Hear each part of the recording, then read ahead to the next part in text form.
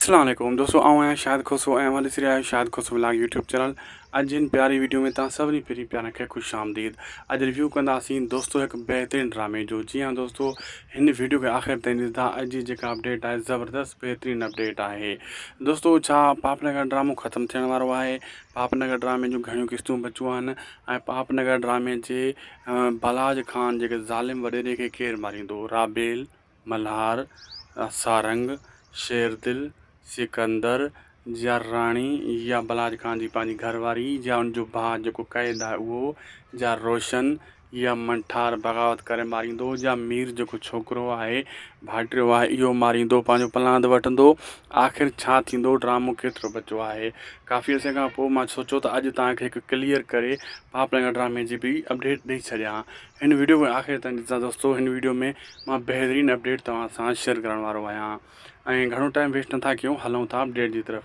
दोस्तों दरअसल जेको आहे पापनगर ड्रामो शूटिंग थी रहियो आहे, अॻिते काफ़ी क़िस्तां शूट थी रहियूं आहिनि, उहो एतिरी जल्दी ख़तमु कोन थींदो।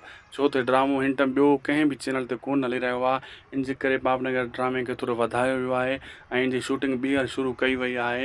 इहो ड्रामो हलंदो ई रहंदो ऐं जेसीं ताईं ॿियो को ड्रामो नथो अचे, फ़िलहालु त हिन खे खुटाइण जो को इरादो कोन आहे ऐं ड्रामे खे वधाईंदा। बाक़ी रही ॻाल्हि इन्हनि सभिनी मूं बलाज ख़ान जो सिर आख़िर केरु खणंदो, इहो तव्हां ते छॾियूं था। तव्हां सां मूं सुवालु कयो आहे, तव्हां ॿुधायो तव्हांजो ज़हन केतिरो कमु करे थो? तव्हां ड्रामा लगातार ॾिसंदा आहियो, तव्हांजो दिमाग़ु केतिरो कमु करे थो? तव्हां ॿुधायो असांखे। अॼु त तव्हांजो ज़हन जो असां हिकु टेस्ट वठूं था त आख़िर में बलाज ख़ान खे केरु मारींदो पापनगर ड्रामे में। असांखे त ख़बर आहे कहिड़ो अदाकार मारींदो ऐं बलाज ख़ान जी मौत कीअं थींदी। मां तव्हांखे काफ़ी नाला साम्हूं क्लियर करे ॿुधाया। हाणे तव्हां कमेंट सेक्शन में लिखो ऐं तव्हां ॿुधायो त बलाज ख़ान जो अंत कीअं थींदो हिन ड्रामे में। ऐं वीडियो दोस्तों जेको असां शेयर कंदा आहियूं, ख़ासि करे तव्हां दोस्तनि पहिरीं प्यारनि लाइ हिकु हिकु अपडेट जेको आहे ॻोल्हे करे खणी ईंदा आहियूं ऐं तव्हां सां शेयर कंदा रहंदा आहियूं। अगरि तव्हां जेको आहे असांजी अपडेट ॾिसंदा आहियो, तव्हां कमेंट बि कंदा आहियो, इहे तव्हांजूं वॾियूं महिरबानियूं आहिनि।